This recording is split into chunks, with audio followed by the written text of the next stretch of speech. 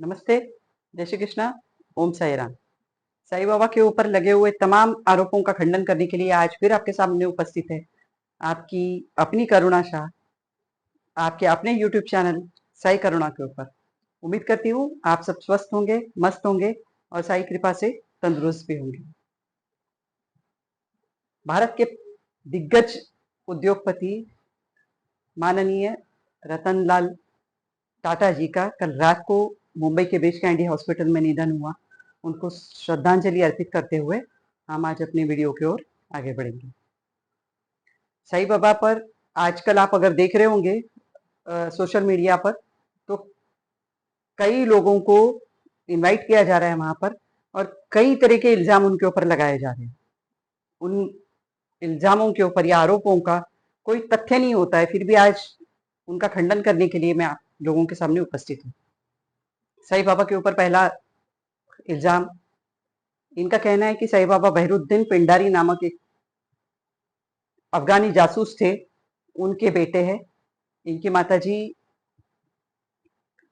अहमदाबाद की एक देवदासी थी जिनके साथ में इन्होंने शादी की थी और उन्हें 2 पुत्र हुए थे। उनमें से एक पुत्र का नाम चांद मियाँ था, जो कि इनके कहने अनुसार हमारे साईं बाबा हैं।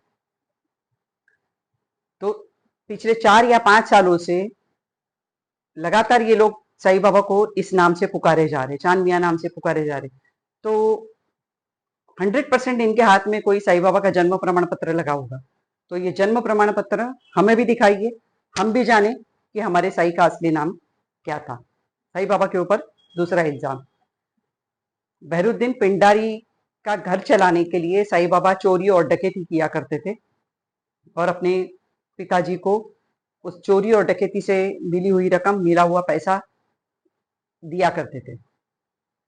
अब बताइए, साईं बाबा की उम्र करीब करीब 16 साल की थी जब वो शिरडी में आए थे। तो अगर साईं बाबा चोर थे, डकैत थे, लुटेरे थे, अव्वल तो शिरडी के लोग उनको 60 साल तक शिरडी में रहने की इजाजत देते ही नहीं थे। एक बात। दूसरी बात, अंग्रेजों का जमाना था, अगर चोरी और डकैती इनका पेशा था तो कहीं ना कहीं इनके खिलाफ कोई मुकदमा, कोई कार्रवाई अंग्रेज पुलिस ने की होंगी, तो उसका भी प्रमाण पत्र अगर इनके हाथ में लगा हो तो वो भी इन लोगों ने सबके सामने जरूर लाना चाहिए। हम भी देखना चाहते हैं कि साईं बाबा कितने बड़े लुटेरे थे। अब इनके ऊपर तीसरा इल्जाम कि इन्होंने अंग्रेजों के खिलाफ भारत के स्वतंत्रता आंदोलन में हिस्सा क्यों नहीं लिया, भारत को आजादी दिलाने के लिए इन्होंने प्रयत्न क्यों नहीं किया। तो पहली बात मैं आप लोगों को बता दूं, साईं बाबा का कहीं भी ऐसा उल्लेख नहीं कि साईं बाबा क्रांतिकारी थे। साईं बाबा एक संत थे, इन्हीं के कहने के अनुसार साईं बाबा एक फकीर थे। तो ये साईं बाबा का पेशा ही नहीं था कि वो अंग्रेजों के खिलाफ जाके लड़े या स्वतंत्रता आंदोलन में हिस्सा ले। पर क्रांतिकारियों की मदद करने के कई किस्से प्रमाण के साथ शिरडी में आज भी मौजूद है। साईं बाबा क्रांतिकारियों को मदद करते थे, इस वजह से अंग्रेज पुलिस उनके खिलाफ डिटेक्टिव्स लगा के रखे थे, उन्होंने पुलिस लगा के रखी थी। इसके प्रमाण है। और इसका सबसे बड़ा प्रमाण अगर मैं आपको देना चाहूँ तो साईं बाबा के जो परम भक्त थे गणेश सहस्त्र बुद्धे, ये उस जमाने में अंग्रेज सरकार में पुलिस अफसर थे। सब बाद में चलकर ये साईं बाबा के सबसे परम भक्त दास गणु बने, जिन्हें हम आज गणुदास या दास गणु के नाम से पुकारते हैं।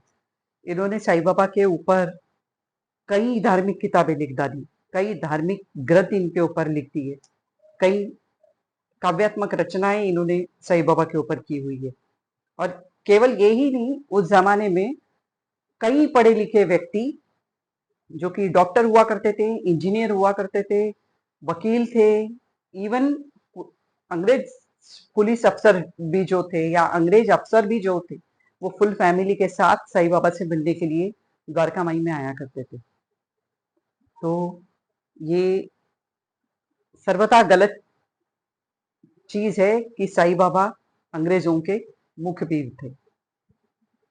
अगर साईं बाबा अंग्रेजों के जासूस या अंग्रेजों के मुखबिर होते तो लोकमान्य बाल गंगाधर तिलक जैसा व्यक्तिमत्व, जो कि उस जमाने में उस वक्त काफी बड़ी शख्सियत थे राजनीतिक क्षेत्र में या धार्मिक में, हिंदुत्ववाद इतना उनके अंदर था, इतने कट्टर हिंदू वो थे।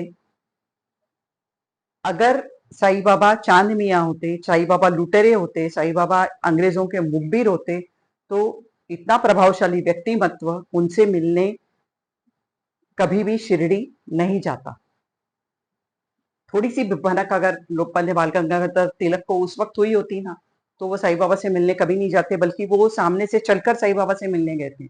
दादा साहेब खापर्डे जी, जो कि अमरावती में रहते थे उस जमाने में, उस तिलक जी के सबसे बड़े दोस्त थे। उस वक्त वो धारा सभा में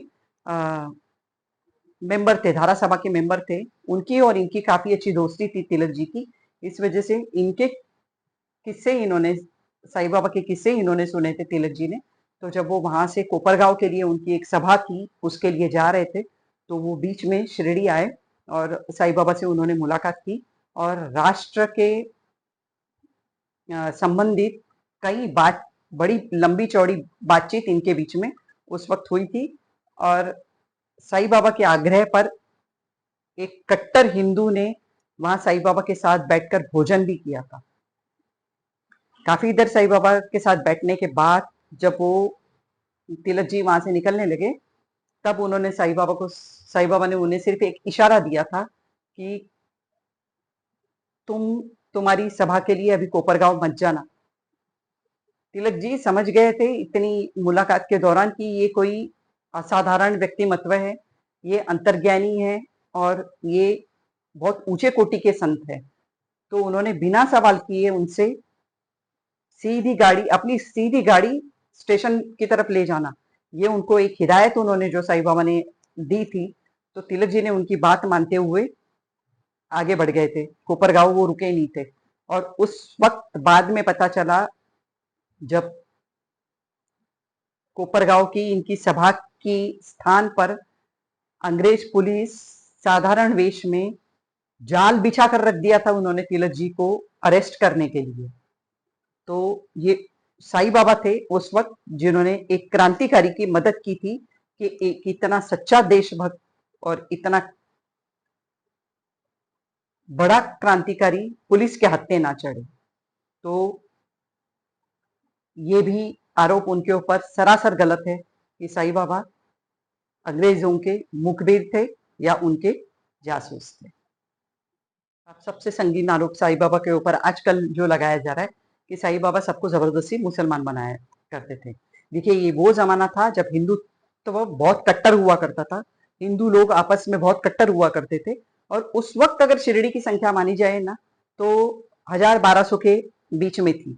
और उस वक्त शिरडी में कुछ 40 मकान मुसलमानों के थे, बाकी सारे हिंदुओं के थे। तो अब आप खुद सोचिए कि इतना बड़ा वर्ग हिंदू लोगों का होने के बाद क्या ये चीज पॉसिबल थी? एक भी प्रमाण इस बात का कहीं भी उल्लेख नहीं है कि साईं बाबा ने जबरदस्ती किसी को भी कभी भी मुसलमान बनाया हो। क्योंकि आप खुद भी देखेंगे, अगर आपने साईं सच्चरित्र दिल से और लगाव से पढ़ा हुआ है ना, तो उसमें आपको खुद को नजर आएगा कि साईं बाबा का जो भक्त वर्ग था ना, वो सबसे बड़ा वर्ग ब्राह्मण वर्ग था और मराठा समाज था। तो ये दोनों ही इतने कट्टर होते हैं ना कि ये कभी भी धर्म परिवर्तन को मान्यता नहीं दे सकते थे। तो ये आरोप बेबुनियाद है और हास्यास्पद है, मैं तो इतना भी कहूंगी। अब एक और आरोप साईं बाबा के ऊपर कि वो लाउड स्पीकर पर जोर जोर से अजान दिया करते थे। अब एक और हंसी आने वाला विषय है ये, उस वक्त शिरडी में इलेक्ट्रिसिटी थी ही नहीं, लाउड स्पीकर कहां से बचेंगे बताइए आप मुझे। उस वक्त है ना, शिरडी ग्राम पंचायत की ओर से रास्ते में लाइट भी नहीं हुआ करती थी ना, तो हर चौक में इतना छोटा सा एक ऐसा वो बना होता था चबूतरा, उसके ऊपर आकर शाम के टाइम पर इतनी बड़ी बड़ी लालटेनें लगाकर जाया करते थे। ये वो जमाने की बात है जब साईं बाबा शिरडी में थे। शिरडी में इलेक्ट्रिसिटी 1958 में आई थी और साईं बाबा का अवतार 1918 में खत्म हुआ था। तो आप खुद सोचिए कितनी बेबुनियाद बात है।